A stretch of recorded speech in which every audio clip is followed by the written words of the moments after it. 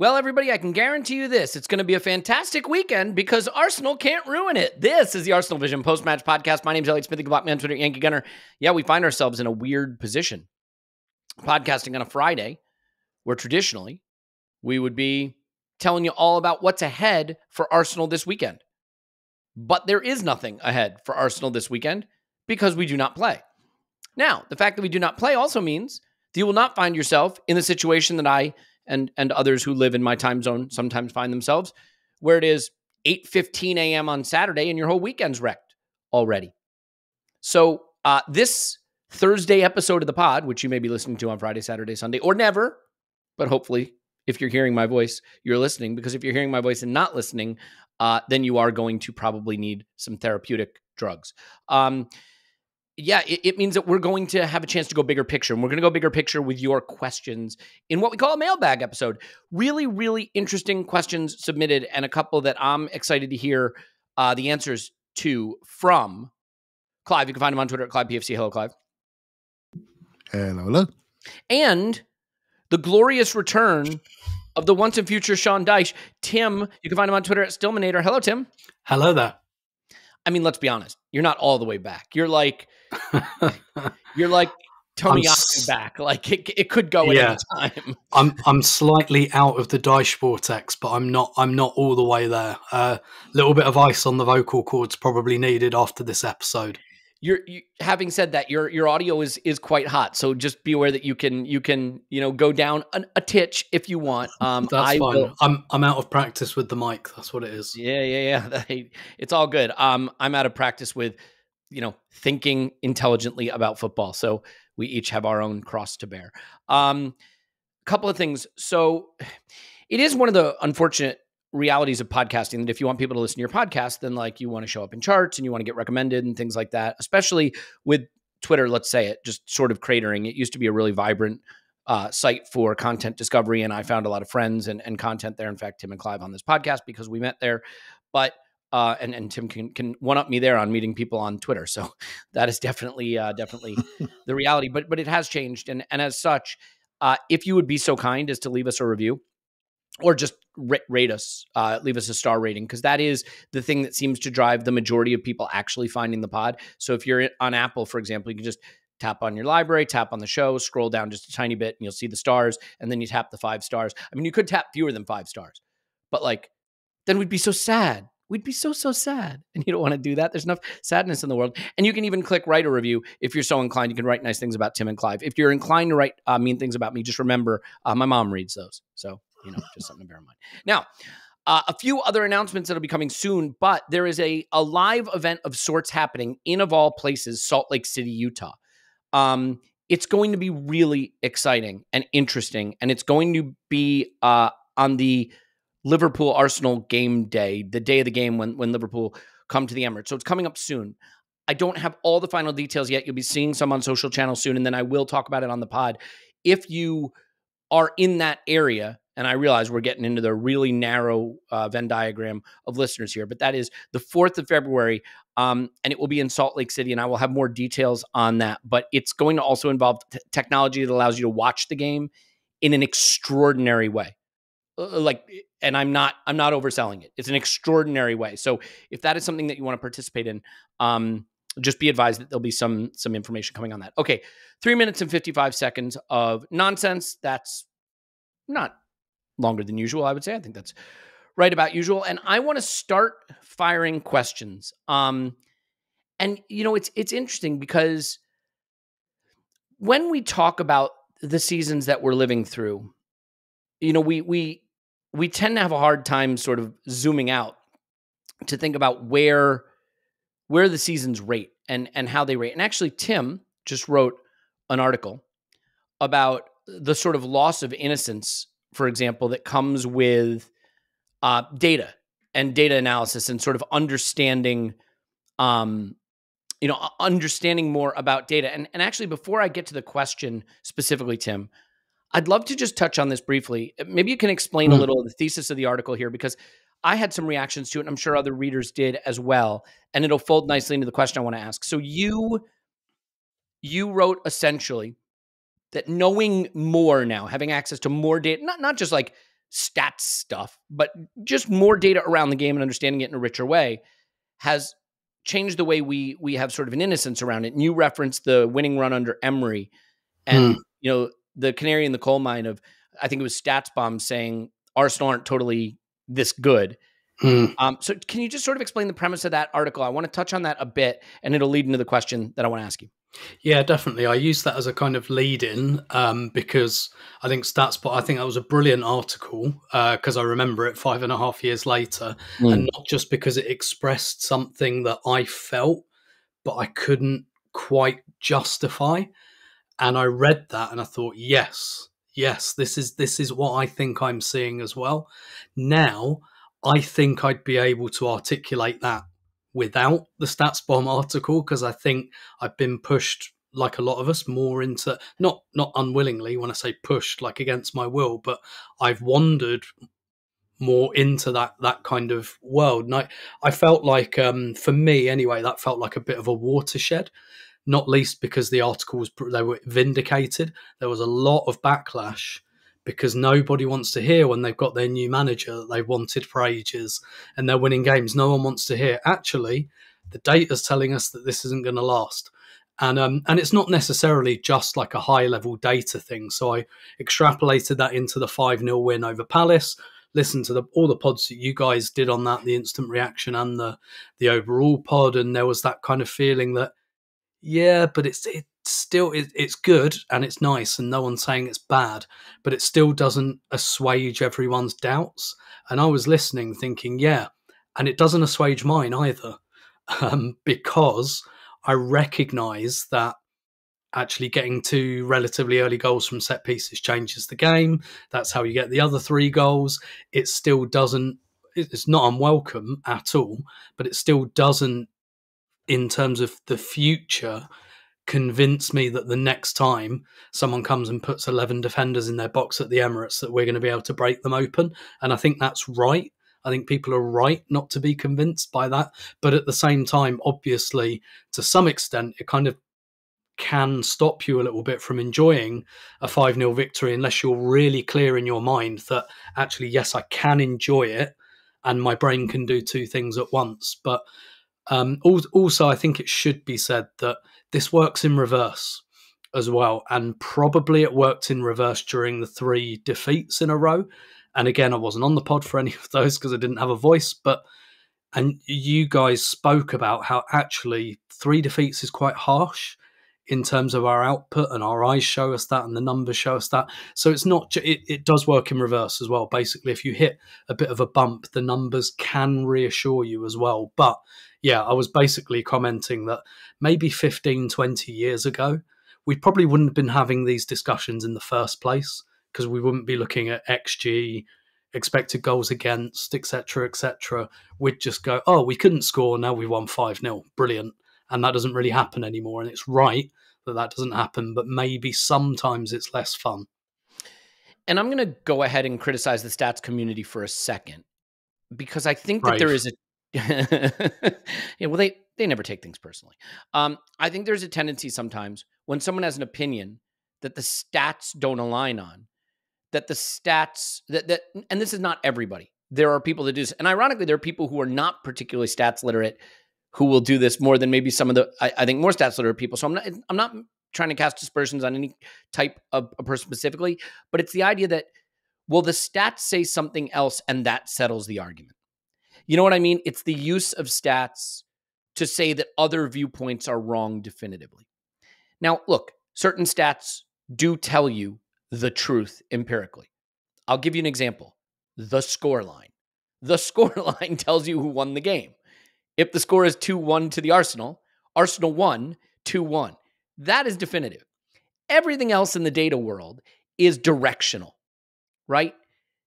I am sure that for every person who puts XG forward, and I am guilty of this, as definitive in some way, there's a more data literate person who would say, well, let me explain to you why using that in a single game format is not actually effective and where the flaws in it are. And I think one of the problems with data is when data starts to break through into the wider population, there's a lot of use of it by people, and I put myself in this group, that don't fully, totally understand the methodology and the accuracy. And one thing I think Scott has sort of helped educate me on is all this stuff has error bars around it. So when you use it definitively, you're making the mistake of not including the error bar. So I think data can really help us understand what we see, but it should be directional, not conclusive. And when people use it to tell someone who's using the eye test, like, hey, I think we played well, well, you're an idiot because our XG was it. Like, that's where I think people then become recalcitrant and don't want to use it. So Clive, I'm going to ask you the question that came to us on Twitter from Brett at Young Sour, and he said it's a question for Tim. So in typical Elliot fashion, I'm giving it to Clive, but Tim, you'll get to weigh in on this. He says, I've only been a supporter since 2010. Are these, quote, the good days, unquote, even if we don't win anything with this team? Would love his perspective. This is such a fascinating question to me because all of us were baked. Well, at one point in time, that may have been true, full stop. But all of us were sort of brought up in an earlier era of Arsenal. I think I came to it later than both of you, but we all got to experience the Arsene Wenger years. I know you also got to experience winning titles prior to that. But for people that have come to Arsenal since the Invincibles, there have been no titles. There have been never any Champions League, sadly, right? We've had FA Cups, but that's about it. And so are these the good days? Have we gotten far enough away from the Invincibles and all of that success that we should appreciate competing for a title against City and playing, good football that gets us challenging for things and being back in the Champions League, even if we don't wind up with the ultimate victory of holding those trophies? I think these are better days. Football has, I think the way we look at football, as Tim was already started, and I can go further back than that. I mean, the whole experience of watching the game was completely different when I started going in the early 80s, late 70s, completely different. There was nobody that you knew with 100,000 followers and things like that. And, what we talk about here, the people that you knew were the best fighters, basically, on the terraces. That's who you knew. And they're the only people that you heard Sorry, of. I wasn't there to help out back then, by the way. And my bad. And then you go into this modern era, and what's changed? And I think everything's become more transient. To say these are the good days, well, we've lost 3 games in a row and we've won 1. When we lost 3 games in a row, did anyone think these were the good days? Would anyone put this period and say this is a good period for Arsenal? Spurs fans? There are YouTube channels popping up and the old Arteta divisions are coming out, and suddenly we're not in the good days anymore. We're in the I've lost some belief days. And how can I get myself back? With the way I look at football now and what I've learned in the last 10 years in particular, I look at the organisation of the club and I look at the people in the club and I look at where we've been recently in the last half a decade, and I can say these are better days for many of the things that we were getting wrong. Have we got everything right? Absolutely not. Have we got many, many, many more things right? Absolutely. And that will manifest itself if you stick to what your processes are and your alignment end to end. That will manifest itself in better results. It will. The more we get better at recruitment, the more we get better at selling, the more we get better at improving our facilities and aligning on our mission statements across men and women's football, the more we, as we've seen today, internally promote to keep continuity going with Richard Garlick now, the takeover from Vinay. We're doing these things because we have the right processes going on. And I know that sounds a bit non-football, but I think it's important to the football. Because if you get that right, then suddenly you're making good decisions with the people that actually focus on the football as their day job. So these are better days. And I have sat here and said last season was one of my most favourite seasons. But why is that? Well, we've got lots of people we now know globally. It's the people you share it with. I wasn't doing that back in 1980. I don't know anybody outside of the country. So the game has become completely globalized, completely transparent on information, coach information, data information. The depth of reading you can do now with things like The Athletic, etc., is just taking it to a new place. And I'm ready to receive all of that at my stage of life. So for me now, these are the good days. And I've seen the league winning stuff, but obviously we want better days with the final exclamation point. Yeah, and it's interesting because Jolt 3538 on Discord says, "Can you enjoy this season if we don't win a trophy?" And Tim, I think this is where I'd be curious to reach back into the Wayback Machine of your knowledge of prior generations of being a supporter in these two questions, which is, were we evaluating Arsenal the same 20 years ago or 30 years ago in terms of what was a good season, in terms of what we expected? Was the reaction to every loss the same? Was the swings in the opinion of the manager the same? I think it's the default belief that social media has made everything shorter term, that we're less patient, more instant gratification oriented, right? The sort of TikTokification of society. Make sure to check out our TikTok. But like, is that true? When you think back, were we just the same Moni, see you next Tuesdays 20 years ago? Or are you seeing wilder swings in emotion and reaction now than you used to? Yeah, a little bit. Not on an individual basis. Supporters have always been happy when their team wins and unhappy when they don't. I think what you're getting now, that's the kind of insight you listen to this podcast for. Winning good, losing bad. But like, I think there's a few things going on. I mean, first of all, and it's not just social media, it's outlets like us, for example, that turned, I mean, we're a small part of that, don't get me wrong, but like Sky Sports News and all of that, a result, people will never... I don't think the anger towards individual results when they're bad, for example, has got any worse. It's just it goes on longer, because what used to happen is you'd lose on a Saturday, you'd be depressed on a Sunday, you go to work or school on a Monday morning would be hell, and then that's it, over. You barely think or talk about football again until the next Saturday. Whereas now, like the thing that personally, and I think it's an inevitability, I'm not blaming anyone for it, the thing personally I don't like is the spiralling. Because I like, the day Arsenal lose and the day after Arsenal lose, I'm pissed off about it. But what I don't like and have to tune out a bit from is if Arsenal lose on like a Sunday and, you know, social media or whatever, or forums or Discord or wherever you go, WhatsApp, it's quite depressing. But that's kind of necessary to get it out of your system. What I kind of don't like is then Tuesday's more depressing, then Wednesday comes, then Thursday, and it's like, oh my God, like everyone's like really, really spiraling here, and I have to step away from it. So I think there's like that element to it. And I think what Clive says is absolutely right about, I guess, about things enduring. And that's why I kind of think about this question, are these the good days? I'm not sure we think about things in like eras or blocks of time anymore, really, unless they're defined by one person, as we experienced with Arsene Wenger. Liverpool fans would say this is an era under Klopp. City fans would say this is an era under Guardiola, an age, whatever.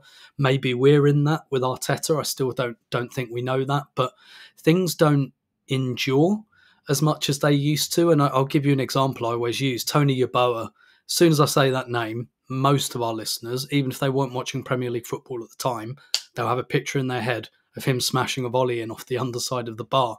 And that's because that was on Monday Night Football in 1995. In 1995, there were 2 games a week on. Liverpool Leeds, Monday night. Everyone was watching that. Everyone. That's why the Yeboah goal endured. Now, every game is more or less on, so those things don't endure as like cultural touchstone moments anymore. Monoculture, there's no monoculture anymore. Yeah, it's like someone probably has scored a goal like that in the last 3 weeks in the Premier League. The Garnacho goal at Goodison, I keep forgetting about that, which is probably one of the best Premier League goals ever scored. That had been scored in the 90s in a televised game. Or you think of like Liverpool 4, Newcastle 3 in April 96. Again, Monday Night Football, everyone was watching. And so it endured for decades. That game happens now, everyone would forget it by Wednesday because they'd have watched 2 more Champions League games. So I'm not sure we have this same sense of age anymore. But even if we do, clearly the context is different now. because clearly like things like Champions League money affect things, and obviously the finances are so different. It's so much more hierarchical. I mean, this is before my time, but go back and look at the 1970s. In those 10 years, I think there might have been 7 different league champions. That would never happen now. So obviously the context is different. And like Arsenal finished 12th in like 1995 and shot straight up to 5th the next season, and that sense of transience doesn't feel like it's there anymore. Like, feels like you have your block of the league, and therefore that dictates expectation, and that's not wrong either. It kind of should. And so on one hand, we're competing with clubs who are far, far richer than we are, but at the same time there are loads of clubs below us looking up at us. You know, West Ham can't keep their best player away from us. You know, and so there's we're kind of looking up and thinking, well, actually, it's very difficult to win the league. I mean, it's always been difficult to win the league, but now it's really difficult. But at the same time, there's a big feeling of, well, we can't have Aston Villa anywhere near us because we're on a different planet from them financially. So essentially, like, things have just changed so much that I'm not sure there's such a thing anymore as good times, bad times. It feels much more week to week, season to season. And speaking of bad use of data, I'm just going to say data that I don't know is true and guess at it, but I'm willing to bet the top 5 point totals in league history, of them, probably 4 of them have come in the last 6 seasons or something like that, or 5 of them, right? So like, we're chasing a different league now than we were. Arsenal finished top 4 every season. You know why? Everybody else stunk. You know what I mean? There's a big 7 now. So things have changed. Clive, you want to weigh in on this? On, you know, don't get me wrong. No one here is saying you don't need to win a trophy. No one's saying that. But what do you think? Are these the good times? Do we need to win a trophy before the end of the season? What's your reaction to Tim's point there? I think it's a very interesting question. And if you were and think about where it's come from, right? I'm going to turn it around slightly on its side. And it's a question that's sort of saying, are these the good days? Because when we win, because of the micro-analysis, we can't even, are we allowed to enjoy a win in the same way? And we spoke last week about the joy in the game and how we extract joy from the game. Seriously, mate, we've won 5-0 the game. Our whole game has been picked apart by every single medium in the world. Our set pieces, our transition play, the data around that game. Okay, I know it's a quiet week. Only 5 games were on last week. The Premier League's tweeting out like tactical analysis of our corner routines. Like, what the hell is going on? And the referees are watching that and saying, cheers, thanks a lot. I'm looking out for blockers next time. So Trossard fell next game. Yep. We can't even enjoy a 5-0 win. And so it's like, so things have changed. And we are part of it, Elliot. You know, we're part of it up to a point. We share how we feel. If we feel positive, great. If we don't, then we share it. And someone else who feels like us, you know what? That's how I feel. And maybe that, Tim used a brilliant word there, and I'm spiraling. That all becomes part of it. And I think you have to find a way to disconnect and have your experience that allows you to extract the joy you need to extract from any particular Arsenal moment. Yeah, the one thing I do know data-wise is this podcast does best when we win, and especially when we win a big game. You know, I think there's a perception that negativity sells, and we know that's true with the algorithms on social media, but people want to connect to joy. They really do. And when we have joyous moments, more people will come here wanting to share in that and be part of this experience of breaking it down and explaining why it was so good. Yeah, I don't know. Are these the good times? I guess I would say this, right? And this is why the trophy debate is an interesting one. Would I want to have experienced Manchester United's season last season? Not in a million years.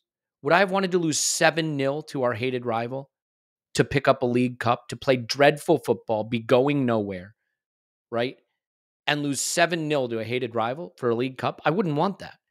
So I think we intuitively know that there's a balance. The goal is to win things. But game by game, it's entertainment. I think the thing that I'm learning as I get older is to appreciate that, like, there's a finite number of games I will get to watch. And every time I watch one, that's one less in my life.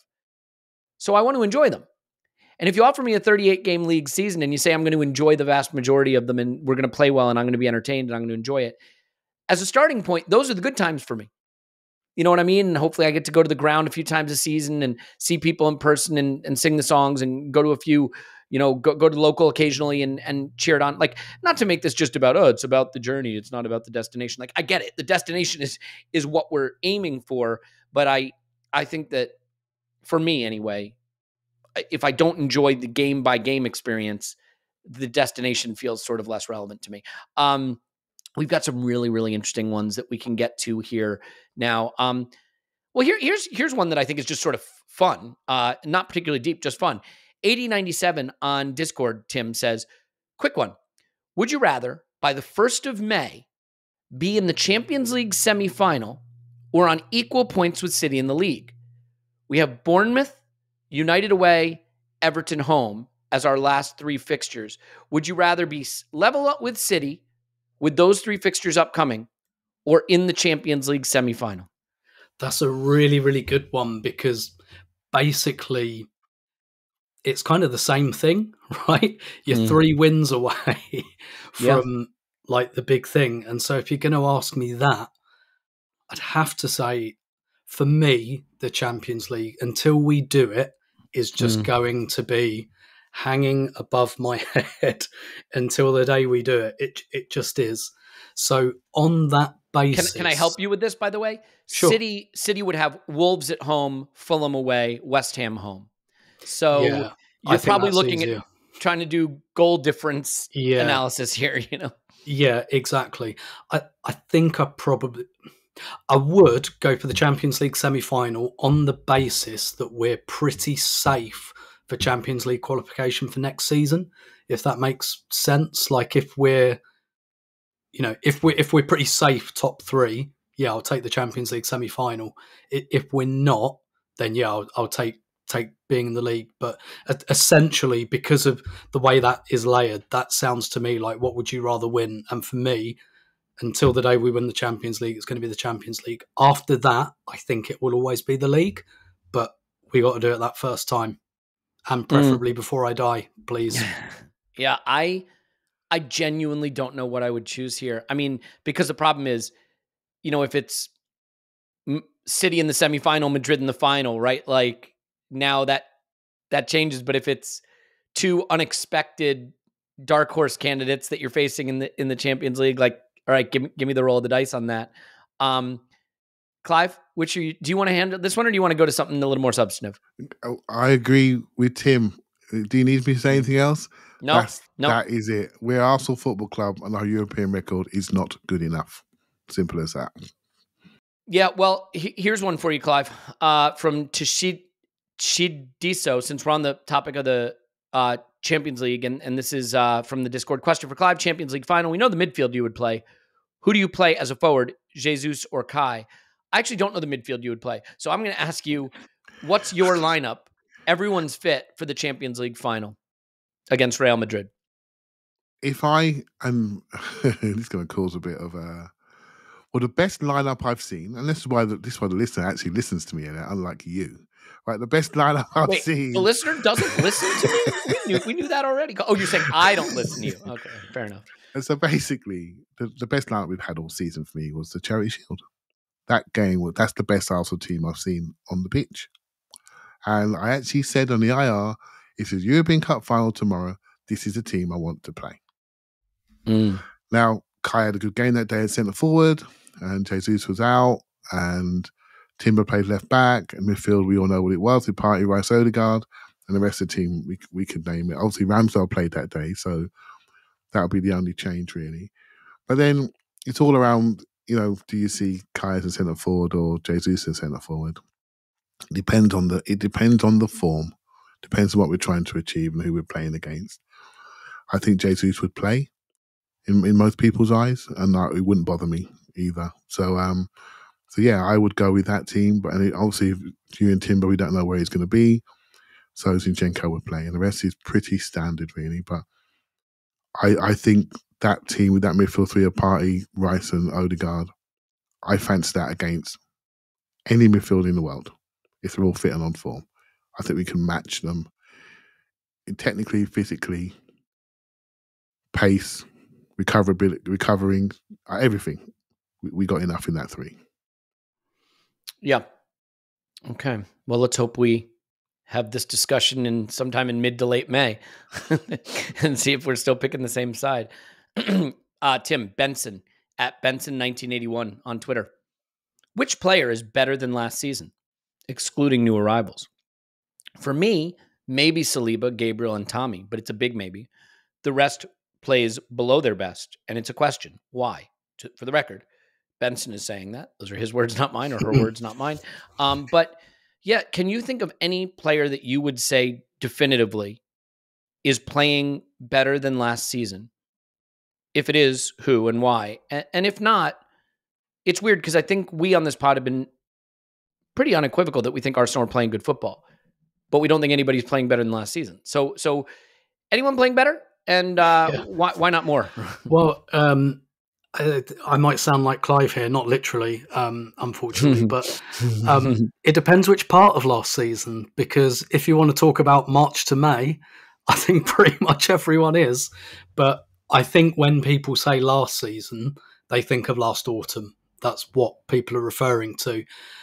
Really, I think Saliba a bit, just because of the natural progression of a super talent like that. Not much in it, but yeah, Saliba and Gabriel. And that probably says a lot about the way we're playing as well, that actually it's the defensive elements that look better. Declan Rice has come in, David Raya's come in.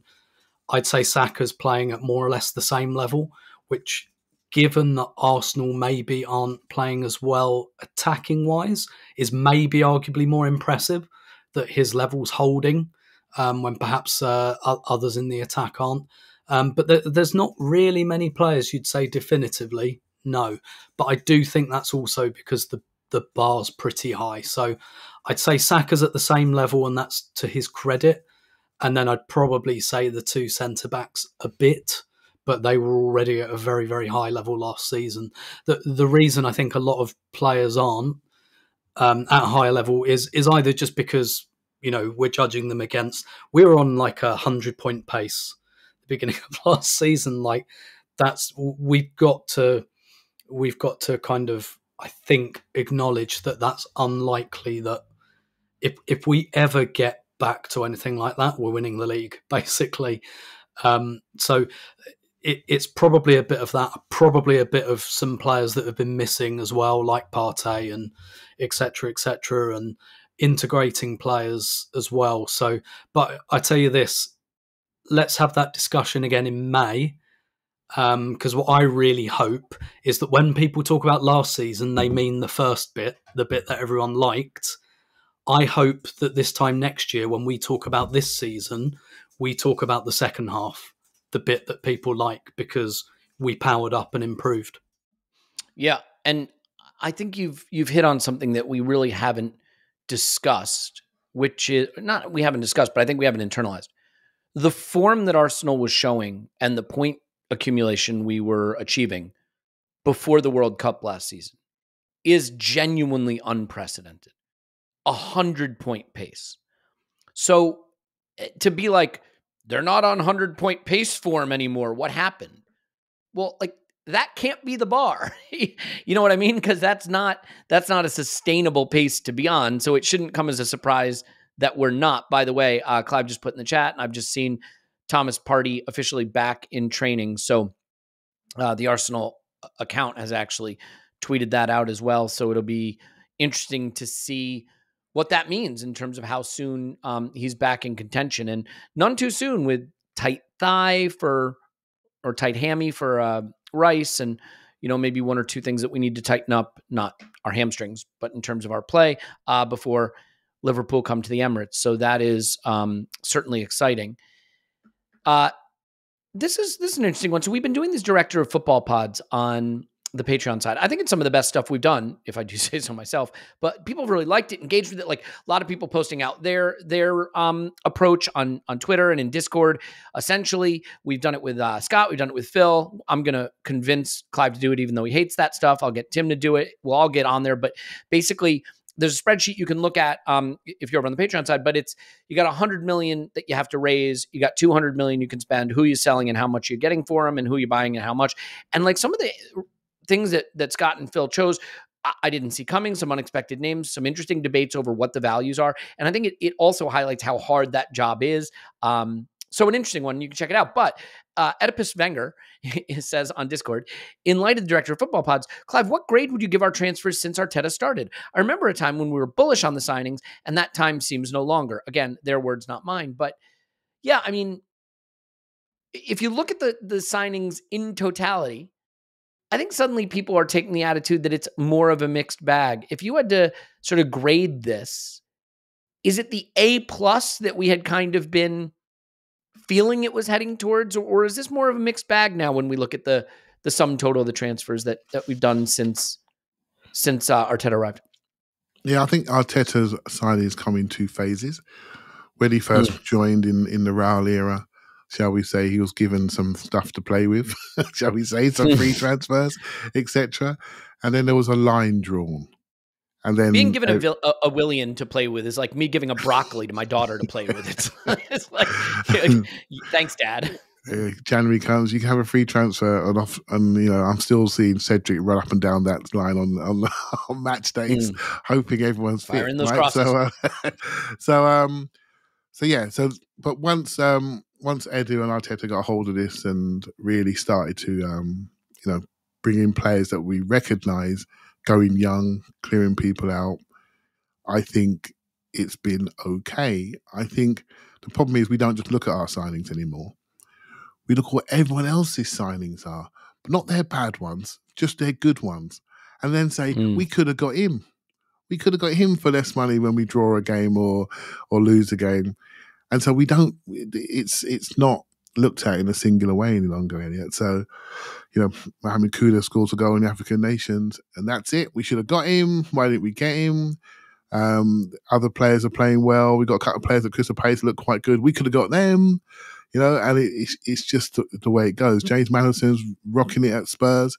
We could have got him, so we don't look at ourselves any longer. So again, it's about, we don't know the plan, obviously, but some of the players that we've chosen, there are a couple of developmental players that we're waiting to see, like Vieira, shall we say.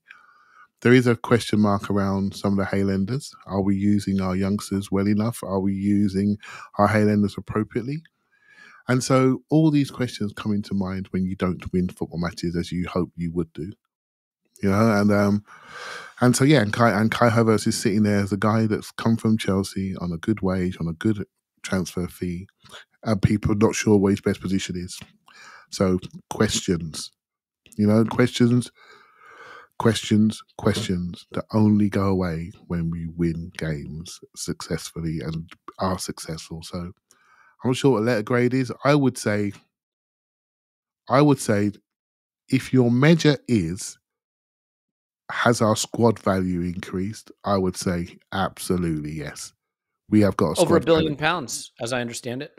So no one to buy it, by the way. There's no market, but the squad value has increased, right? So, let's be honest, when he came in, we had a lot of people that were in the autumn of their football lives with their motivations to be questioned, and so that isn't the case any longer. Yeah, and let's face it, this is really, really hard because there were players that we debated left, right, and center as being the wrong guys to sign, who we want. I mean, think about this. This is pretty wild, okay? A couple seasons ago, people were outraged that we were buying Ramsdale. 2 summers later, people are outraged that we're trying to upgrade on him. 1 summer ago, people were outraged that we weren't just moving on from Xhaka. 1 summer later, people are outraged that we've let Xhaka go and replaced him with Kai Havertz. It's so hard to do this stuff and get it right. And especially in the attack, I'd say maybe you could give a C- for our attacking transfers since Mikel has come in. Maybe lower. Go as low as you want. We really haven't bought much in the attack and it hasn't really worked. I think Jesus was transformational, but to be fair, injuries have short-circuited that a little bit. But look around the league at what people have bought in attack and find me the successes at the big clubs. Because Chelsea have wasted hundreds of millions on it. United have wasted hundreds of millions on it. I mean, even Liverpool, who we say are great at this stuff, I think mixed bag in terms of what they've gotten. City have overspent on stuff that hasn't delivered, but when you buy a Haaland, it all gets smoothed out. So it's an interesting one for sure. I think overall, you cannot argue with taking a squad that was dead and turning it into a title challenger and a Champions League squad that's worth over £1 billion. And you could say, well, but he didn't buy Saliba and he didn't buy Saka and he did, Martinelli, and that's where the bulk of it is. There's still a lot of good stuff in there that was bought. And maybe it's the sales more than anything that you could pick bones out of.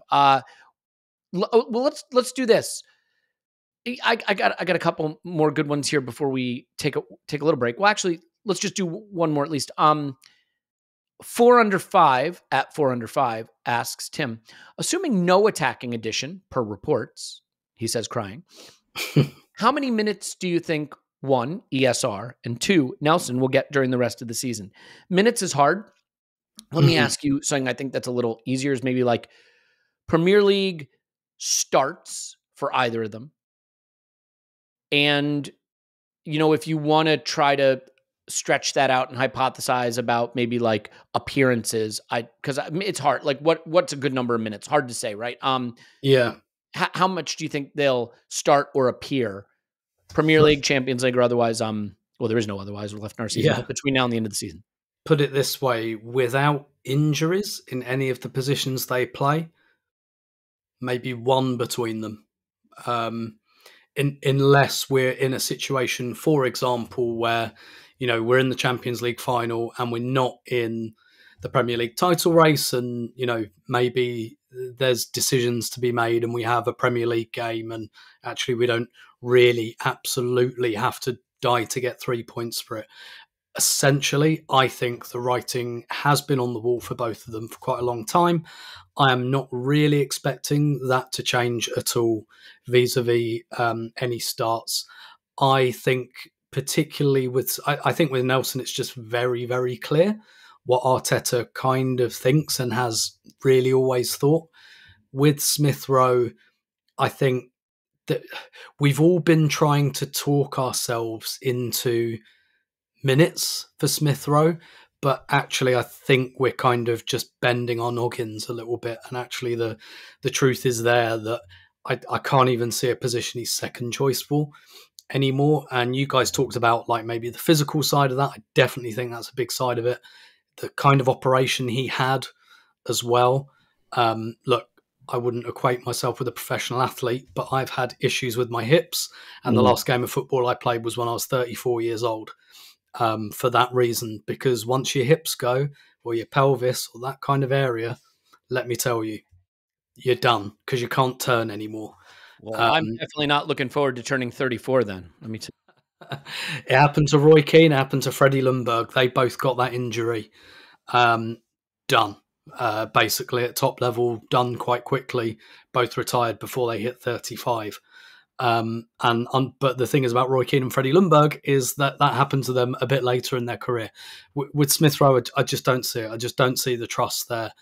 Even this weekend, lovely that he got 25 minutes. We were 3-0 up. Were we 2-0 up or 3-0 up when he came on? Either way, 3. Yeah. 3. Game was dead. Sure, yeah. So look at the game state when he comes on. It's dead. We're either 3-0 down or 3-0 up usually. So I just don't see the level of trust there whatsoever. So I think maybe Nelson might sneak one start if we're in a Champions League knockout game or something, and maybe we want to sit Saka down for 60 minutes. But I don't see meaningful minutes for either player unless there are a lot of injuries. Yeah, and the thing with SmithRow, and you can criticize Mikel for this, or you can love Mikel for this. The thing that people keep saying about Arsenal is we're the best out of possession team in the world. Whether you believe that or don't believe that, it's a thing that's said, and I think there's certainly some truth to it. If I think there's a flaw in SmithRow's game, apart from just not staying fit, I think it is what he does out of possession. And even in some of his brief cameos this season, I think there have been little hints at it. And I think that's the thing that would need to come up a level for him to really get into the frame as a left 8 in particular, because that's a midfield role. And whatever we think of Kai there, the guy does track back. He's one of our best ball recoverers and pressers, I think. So while I'm not trying to like give him the lowest bar in the world to leap over, I'm simply saying that out of possession football, Out of possession play is important. I don't see a lot of starts for either of these guys, Clive, unless there's an injury. Agree with Tim there. I do think if things start to go a little sideways, though, if we lose another unexpected game and the season starts to wobble, I think SmithRow has a chance to come in. That if there's a thing Mikel feels he needs to change to inject something, the way he's talking about SmithRow now is different than I've heard him talk about him before. Do you agree with that? Do you think that he might have a way back in? But unfortunately, I hate that I'm saying it this way. I think it would have to come with another wobble that leads Mikel sort of back into the laboratory trying to fix something. Yeah, I don't do SmithRow well because I'm too pragmatic. I don't look at it. I don't look at it like that through a lens. There's a lot of nostalgic lenses looking at him, and I'm just looking at what I see. And one, I'm not sure where he's going to play, inside or out, probably inside. And Tim surmised it beautifully there by saying, I'm not sure if he's second choice for any of those positions anymore. He burst into the team on the wide left, and he really did burst into the team, literally. We've got two players on the wide left in Trossard and Martinelli. Does he get ahead of either of them in your minds? Right? Or Nelson. Or Nelson. And we haven't seen Vieira for a while. I'm not saying he can play there, but we know that. So he's got a lot of competition. The only caveat is he's got a lot of talent as well. And some of that talent's been hidden due to the fact he's not been fit. He seems fitter now. He was trusted to start a Premier League game against Sheffield United. And then we won 5-0 that day. He played okay and was injured for a month thereafter. So it's a tough one. It really is. A bit of me says I'm not ready to close the door in my own mind because he is talented. But the only bit I worry about is talented where? And I'm not sure, I'm not sure anyone can answer that question with real certainty. You know what's interesting? Someone asked this question. I have to apologize. I can't find it right now. But they said, if SmithRow was on another team, having played as much or as little as he has with the injury track record he has, would we want him and how much would we'd be willing to pay for him? And I think we all know the answer to that is we're turning our nose up at guys like Pedro Neto for their injury track record, and he's quite good. The other thing I'd just add to this that I should have put in my monologue is that if Arteta had any belief in SmithRow, Fabio Vieira and Leandro Trossard would not be at the club. Because those are the two potential positions he could actually play, and he spent quite a bit of money on guys there. And, said that SmithRow can't play on the left wing anymore. And I know a lot of people have said, well, yeah, he's a different style to Martinelli, and that's true, but so's Trossard. And Trossard gets plenty of minutes on the left wing, so I don't think it's that. I just think fundamentally he just doesn't want this player anymore. I think to that point, it's something I've been saying for a while, because the people down like Havertz have been saying, we've got to play SmithRow, but it's Trossard. Trossard is the guy that's taken his place in the squad. And he has done quite a lot in a calendar year for Arsenal. And so he is literally doing the job SmithRow could do. False 9, left 8, left wing. And so that's your competition. So if people think that Trossard is not as good as SmithRow, then fine. But at the moment, the manager said, I have to de-risk the fact this guy is so injury prone. So I bought Trossard. And if SmithRow does well, really well, and shows his fitness, then it's Trossard that pops off to AC Milan for 20 million. Do you see what I mean? And SmithRow stays. But that's his competition in the squad. Trossard, not anybody else, in my opinion. Yeah, I'm going to say something that I don't know that people like because it relates to Martinelli too, who is like one of my favorite players, full stop. I think fans evaluate players on their ceiling talent. And at his ceiling, SmithRow is by far a better player than Leandro Trossard. Managers can't pick a team on their ceiling talent. They have to pick a team on their median output, their mean output.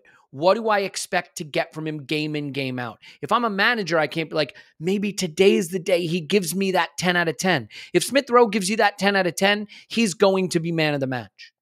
Okay? He can do things I think that Trossard cannot. I think he can be a better player at the top end of his talent. But you know what? Mikel knows when he puts Trossard on, roughly the level he's going to get from him. It could be quite high also, by the way, but it's probably going to keep our floor pretty high. And I think this is the thing with Bukayo Saka that you have to appreciate. Bukayo Saka never drops a 3 out of 10. When Bukayo Saka is quote unquote bad, he's fine. You can win with his 7 out of 10. He just never drops anything worse. And the problem with teams is when you've got these guys who one day they're Pele, and the other day they're Yaya Sanogo. Like that's where you struggle. And so I think Mikel picks the players where he knows what he's going to get from them. And so we as fans, we see the top end of what SmithRow can be. How often can he be that? Because if he could be that often, another great example of that player, by the way, Alex Oxlade-Chamberlain. Alex Oxlade-Chamberlain on his day, he could get your blood pumping. But between injuries and inconsistency, that day just wasn't often enough. And we hemmed and hawed when we sold him to Liverpool. But you know what? Did it hurt us? No, it really didn't. It didn't do much for them either. Let's do this. Let's tell you about some brands that you really probably shouldn't move on in your life without hearing about them. This might be that time to scroll through and find the 5-star rating thing and hit it. While I'm reading these. The other thing is if you don't like this part of the pod, there's a whole thing over on Patreon where this part doesn't exist. If you're on Patreon right now, you're not even hearing this part. That's how awesome it is over there. But, you just stay wherever you're happiest. So, you know where you're going to be happy? You're going to be happy when you're smooth. And the way you're going to get smooth is with Manscaped. All right, Valentine's Day is coming up. Make yourself the gift. Give a beautiful package this Valentine's Day. I just read what they write. Don't blame me. It's not my fault.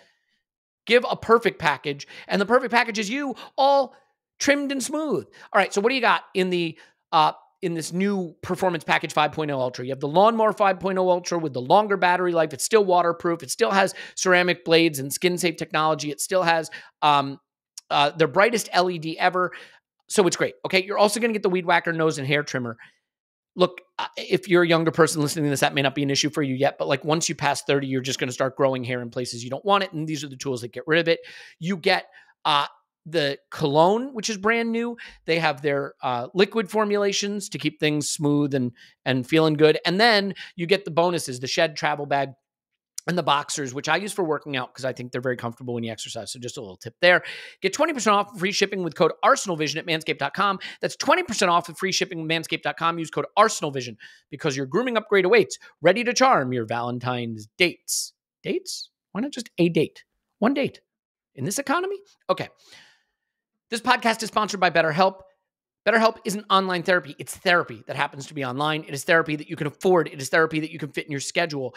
I did therapy and I loved it, but I went to an office and I met with a therapist in person, and that's a great experience. And if you want to do that, I recommend it. But what I will say is there were times I missed appointments because I couldn't make it to the office, and you have to add in the commute. And, maybe you don't have a car. Maybe you live in a city where it's hard to get where you need to get to, or not in a city where it's even harder to get where you need to get to. Maybe there isn't a specialist in your area that fits your needs, or you weren't able to find a therapist in your area that you really connect to. With BetterHelp, none of that is a problem. You have a licensed therapist who's going to meet your needs and be someone you can work with on those everyday challenges. I think it is important to seek help when you're in crisis, but I think it can be helpful to avoid crisis and to thrive as a person if you seek help before that, right? If you work with a therapist to just be a healthier, happier person. And so this year, build on the good start to the year you've had by working on you. You do it with your body through exercise and nutrition. Do it for your mind with BetterHelp. Celebrate the progress you've already made. Visit BetterHelp.com/vision today to get 10% off your first month. That's BetterHelp, HELP.com/vision. Do it now. And last but certainly not least, if you want to browse the internet safely, NordVPN lets you do it. It's a VPN, so all your data is private. No one's tracking you around. They have threat protection. But what I really like about it is the ability to simply tap your screen and be browsing in another location. You can put an app on your Mac, an app on your PC, an app on your Android or iPhone or your iPad, whatever it is.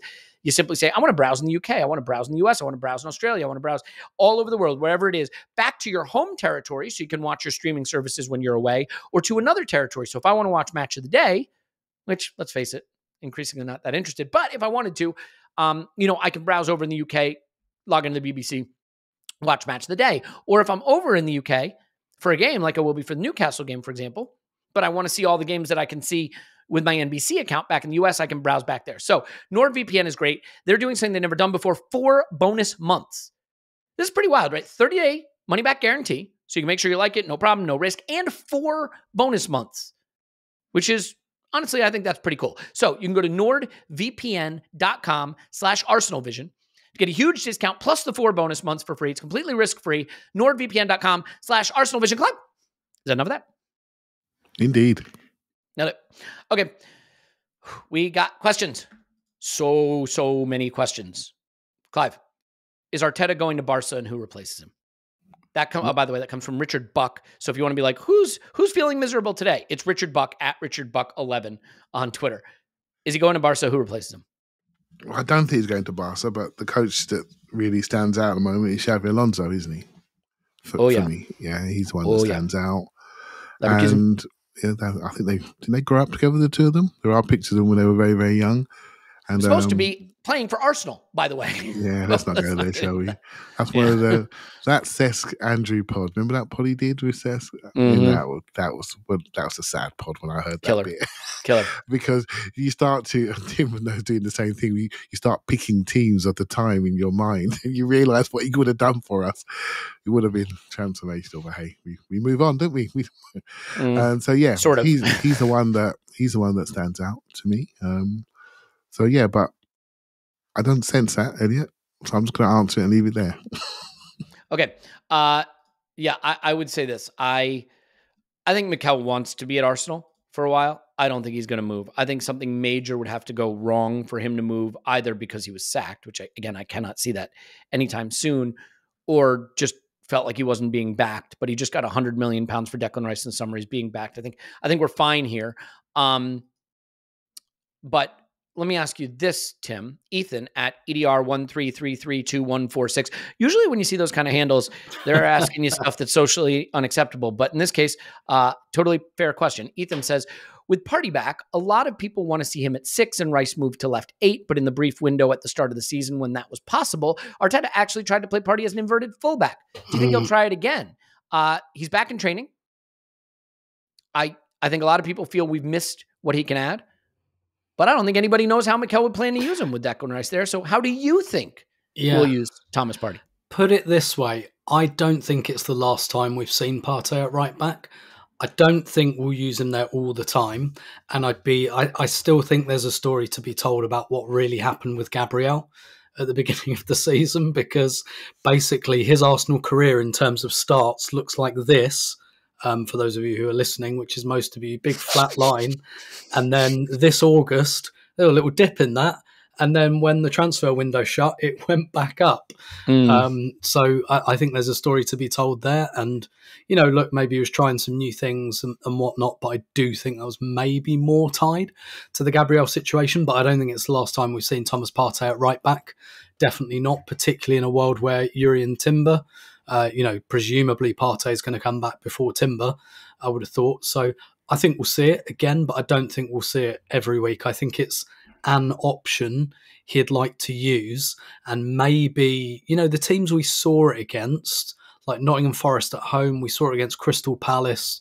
I mean, those were the first 2 games of the season, but it'd be interesting to know whether it was a deep block thing, whether it was when we play teams who are, going to put 10 behind the ball and then try and hit us on the break, we'll put Partey there.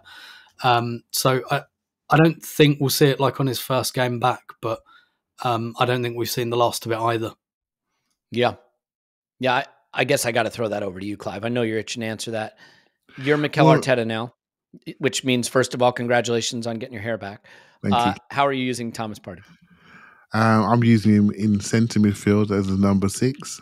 And Declan Rice, who always likes the left-hand side of the midfield anyway. It's a beautiful fit, shall we say. The right-back thing, I think it was wrapped up in the fact that Zinchenko wasn't fit. And so we use Timber and Kivior, these early players, I think. I'm not sure on the Kivior line.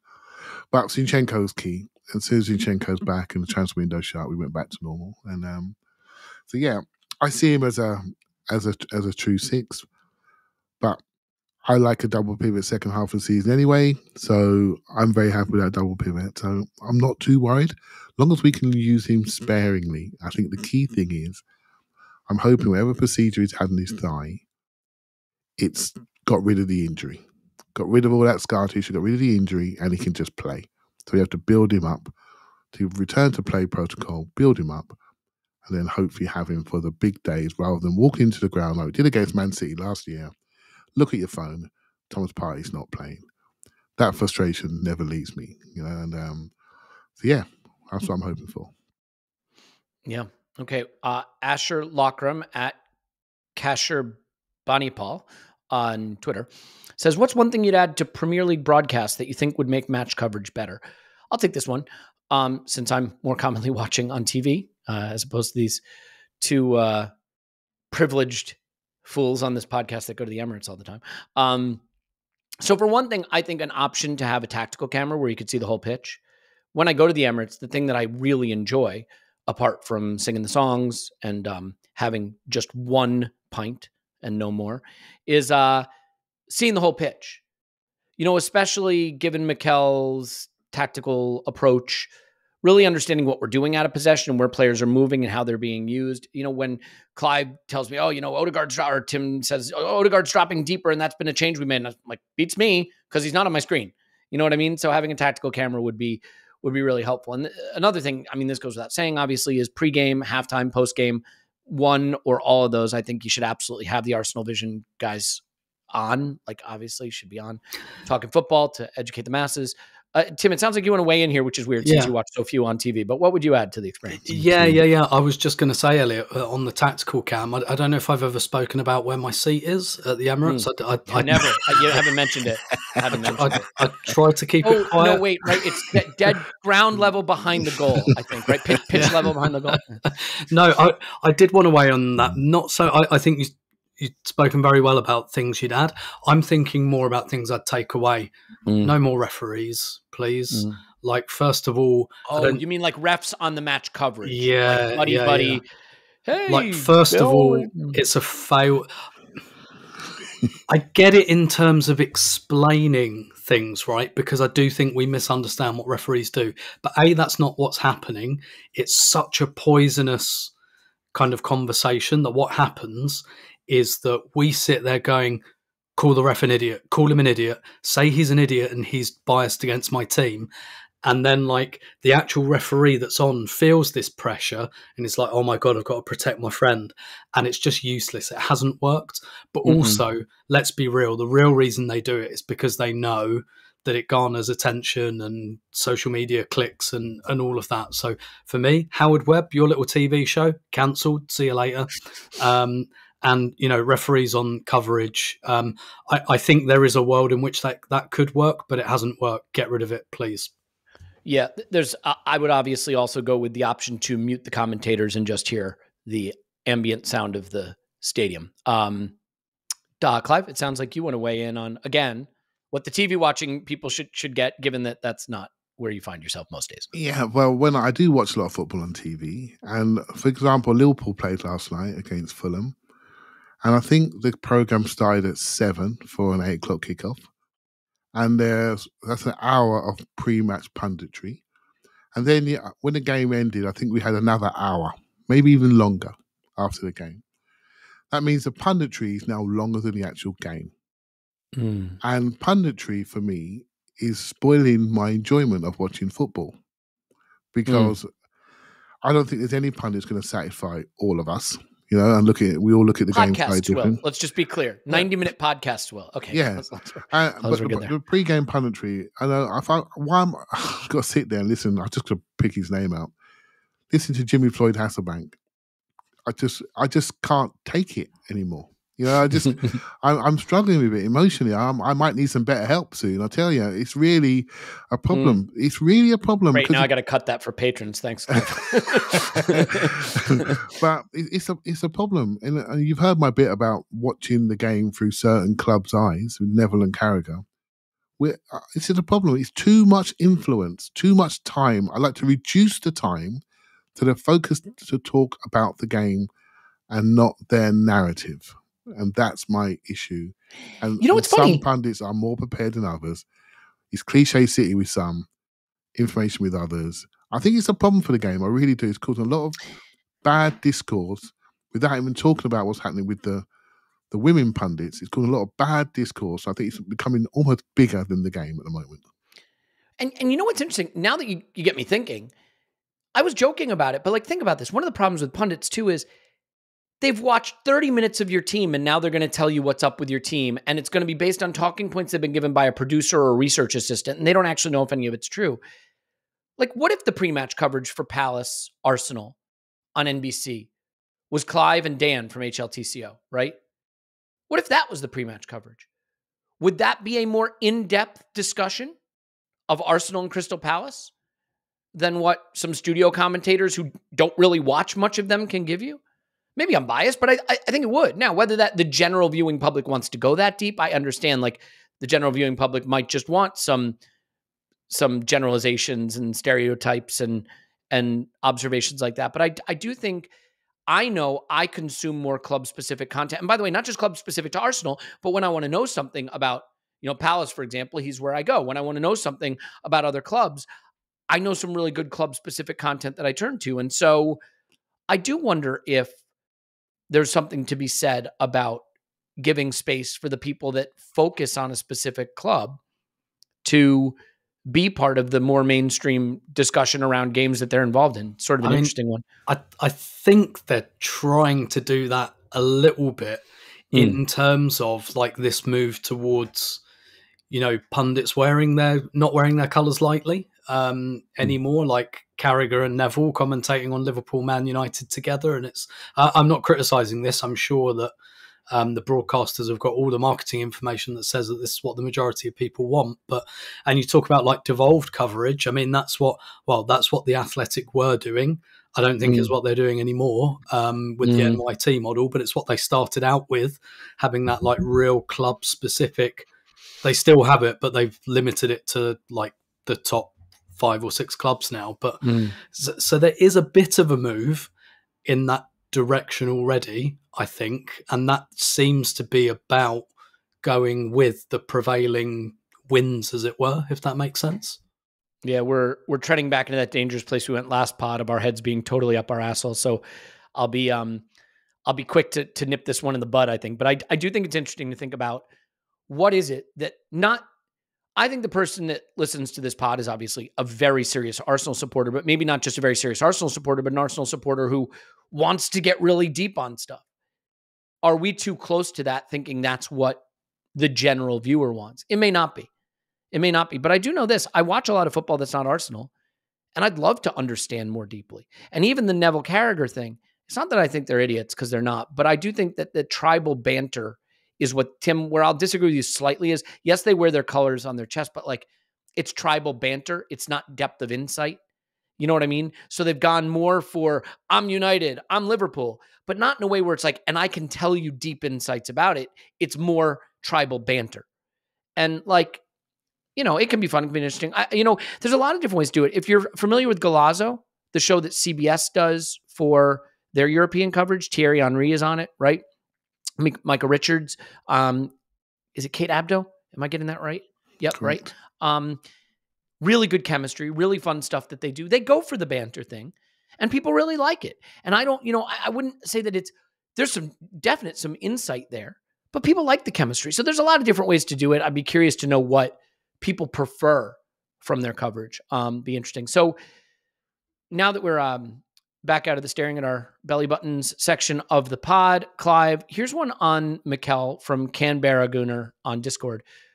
Now, I'm going to read it the way Canberra Gunner wrote it out, but I think that there's a different way that I want to frame it, which is what I always do here. So I read your question, and then you don't get your question answered, you get something else answered, but stick to the brand.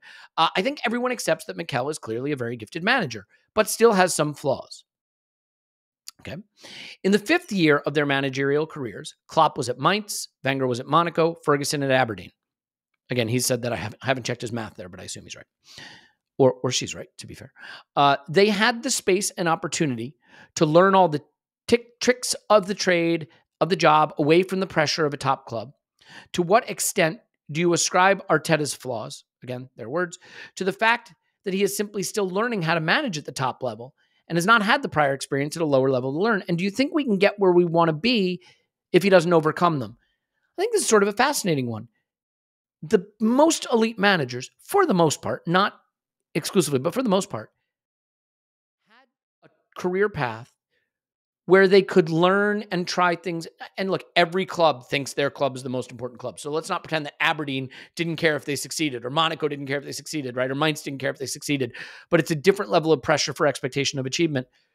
What do you think of that? I think we really probably don't think enough about how early Mikel is in his career doing this.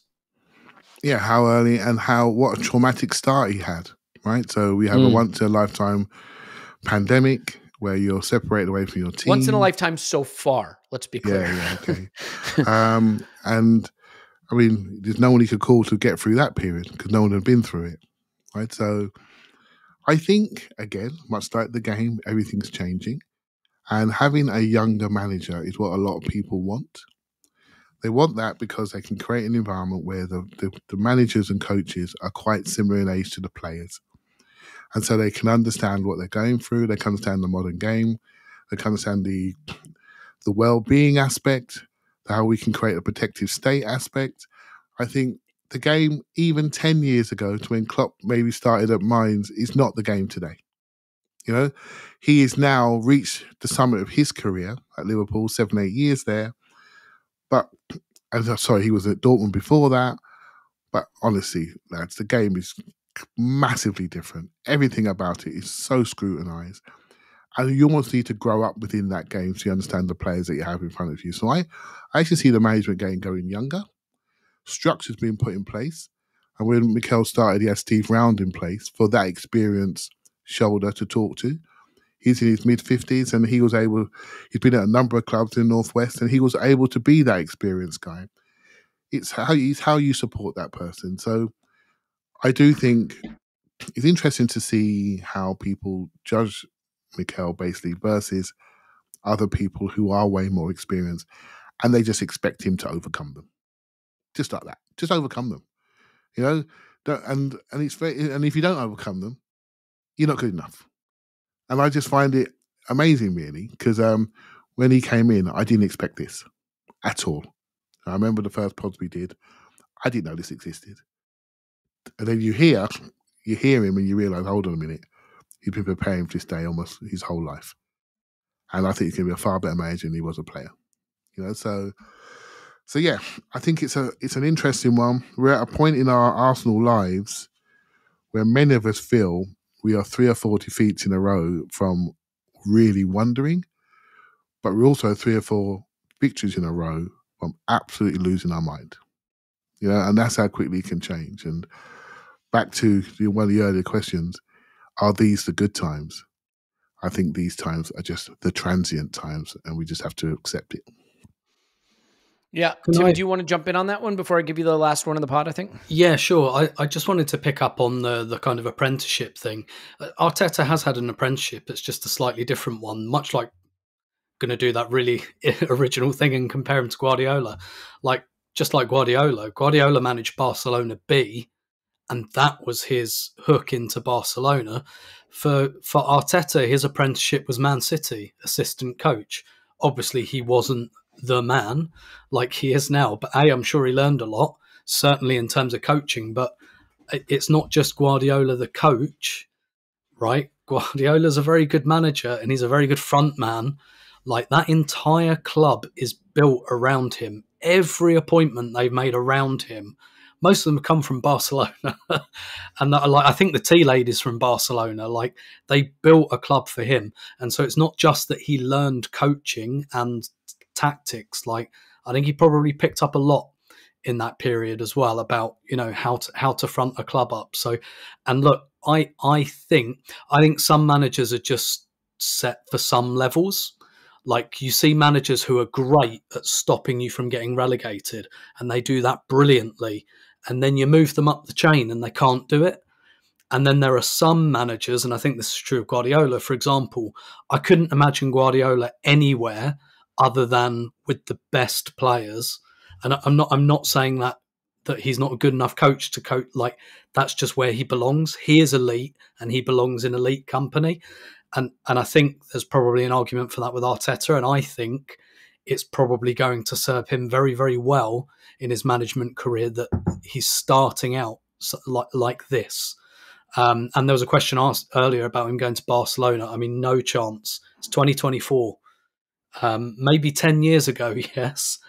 But like a bit like Wenger at the moment, and it won't last forever because nothing does. At the moment, the level of control and trust that Arteta has been able to have to mould this club into his image.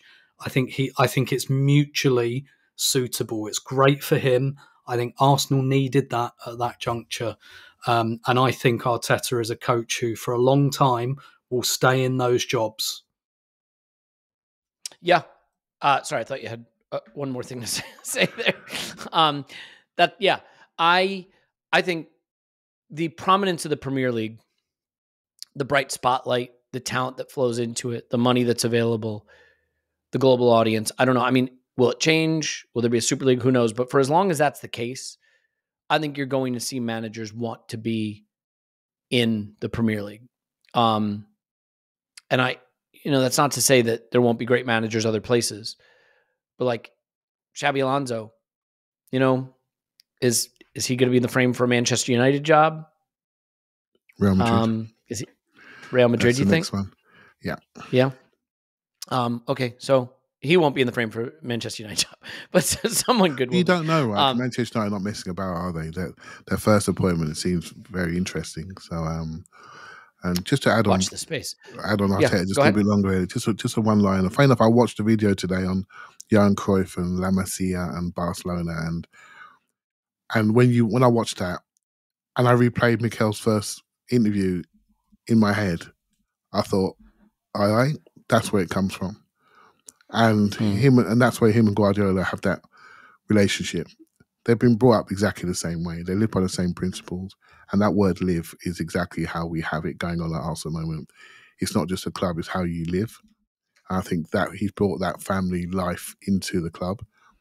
And that's not easy to do in your first job. I don't know how he's managed to do it at such a young and experienced age, but I know his results are everything, but it's more to it than results, and that's why he's trusted by the club. Yeah. Okay. Let's finish on this because I think this is certainly worth a whole podcast in itself. So we'll only go another 45 minutes at the most. Tim, the question is pretty simple from the 11th Gabby on Discord.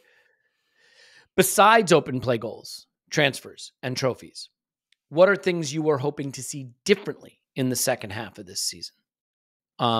So, in other words, I hope to see Mbappe come in and we win every game and we do the double. Like what do you hope to see differently in the second half? Yeah, I mean that's quite a difficult one. Kind of taken all of the things. A clean bill of health, like a tweak, a player who returns to form, something like that. Yeah. Yeah, I mean, I think a lot of that just comes down to a cleaner bill of health. Like I look at someone like Ben White, and I think Ben White was 9 out of 10 last season. He's 7 out of 10 this season. Not bad at all. Like, still don't think I've seen him have a bad game, but it's gone down to 7. And I think a lot of that is just because we have to flog him again. And I think a lot of buying Urian Timber was about not having to do that anymore. So yeah, cleaner bill of health. Maybe that midfield to take a little bit more of a shape. Like I like the theory of the carousel there where we've got Partey, Jorginho, Rice, Havertz, Ødegaard. I like, and, Vieira to come into there as well. I kind of like the theory of that. I'd like the theory of that to become the reality of that. I think, again, injuries have denied us that really, but I'd really like to see that. We're playing Man City, so it's Partey, Rice, Ødegaard, for example. And Havertz is our super sub to power us up. And, if we're 1-0 down, or Jorginho is our super sub to power us down if we're 2-1 up. And, I guess I'd like to see that midfield become a more comfortable carousel, and all the things I think Arteta has been thinking about start to become a bit more of a reality. But for that to happen, Thomas Partey has to be fit, Fabio Vieira has to come back, and we have to have all of those guys available.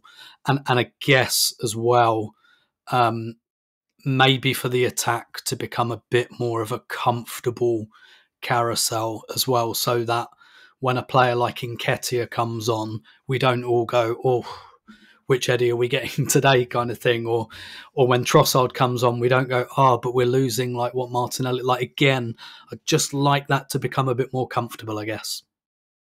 Clive, what about you? Yeah, I look at it more tactically. I'm hoping for the fitness that goes the other way around from last season to this season, and we end fitter than we started. But I think the last two games have started to show us something different. The Liverpool game, in some ways, I know we lost it, but that we did some really interesting stuff in that game regarding how we used Nelson off the left, almost like a second striker. Was it just for that day to sort of get close to Trent? I'm not sure. How we played at different tempos really sped up on occasions, really quick, almost too quick. We lacked a little bit of composure when it really mattered. But in the Palace game, in it, we spoke about how I felt it was quite left-sided centric, and the reason why it triggered it in my mind looking at the ground was Odegaard was over there, and he never leaves the right-hand side, does he? And Odegaard was over there. And we start to see some of the average position stuff. You can see that we really grouped on the left-hand side to really expand out to the right-hand side, but not immediately. We really kept it left to try to switch the point of the attack, but drag everyone over.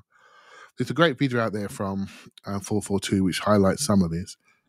But I think what we did in this game, how we isolated Saka, quick switches, played an almost form of relationism on the left-hand side, nice tip-tap play to progress up the left, to then switch it. And so that took away the double up on the flanks. And I thought that was a really interesting adaptation to how we're being stopped. And also bringing Saka deeper. What does that do? That creates what we all like. It creates false transitions, mini transitions, turn from deep positions, and then we can run through the pitch. What have we missed this season? Our ability to transition through the pitch. You know why? Because people are so deep. So by bringing your attackers deep, imagine a team talk, Elliot. Martinelli and Saka, stay tight, don't leave them, don't let them turn. So if they drop deep, defender's going to stay right on his heels, but he's left the back line. He left a hole in the back line, and then you spin him inside, and suddenly you're running into space. Havertz goes to that space, Jesus goes in that space, and I think we're starting to see the corner being turned tactically away from our two wingers to staying high and wide and being targets for a kick-in. I've seen Reece Nelson show what could happen on the left. I've seen Saka show what could happen on the right with his varying positions, whether he's high and low. And all of it is to create sprinting lanes to run into. And the best Arsenal in our last season memories is when the pitch is bigger and we're transitioning through it. And I think one defeat, one win, Liverpool Palace, I think we're starting to see a change in how we play. Well, let's see, because we got a game on Tuesday, and then, as they like to say, they come thick and fast. One of the less appealing football phrases when you say it slowly and break it down into its constituent parts, but it is what it is. Thanks for hanging out with us for almost 90 minutes when there isn't a lot going on, but a chance to go big picture. And sometimes I miss the pods where we get to do that because the season is so frenetic that you wind up going, you got 2 episodes on whether Ben White was inverting an extra yard or not. You've done 3 hours on that. And meanwhile, it's like, there's all this other stuff you can talk about. And so thank you for the questions to help us get there. Leave us a review if you don't mind. What we'll do, we'll go about a month of asking for reviews, and then we'll give something away to someone at the end of that who left a review. So that's a way of us saying thank you. Remember, I have an announcement on the Salt Lake City event for the day of the Liverpool game. It's going to be pretty cool. Some other events coming up as well. And hopefully I get to see people for the Newcastle game, which would be a hell of a lot of fun, hopefully. And still a lot on the line for that. I'll be over for that. So I'm looking forward to it. Wherever you are, whatever you're doing, I hope you're well. I hope you're healthy and happy and doing okay. Tim's on Twitter @Stillmanator. Tim, it's just brilliant to have you back. Thanks. Yeah, pleasure to be back. I've been listening to all the pods, and they've been taking me about 4 hours to listen to because I keep stopping them and saying, this is what I would say here. Except you couldn't. Exactly. Before it's really weird having an inner monologue for about 3 weeks and then but not actually being able to talk. So thank you. It's been a pleasure to be back. Really enjoyed it. it is funny too, because like I'll find, and I know all of us have been there, right? I want a day off from the pod today. I think I could use a day off. And then like, so you'll take the day off and you'll listen to the pod and then you'll be like, well, but you should have said that, but you need to say this. It's like, well, you should have been on the pod. Clive's on Twitter at ClivePFC. Thanks, Clive. Thank you very much. My name's Elliot, Smith Row on Twitter. And we love you. And we will talk to you after Arsenal 10 for Arsenal.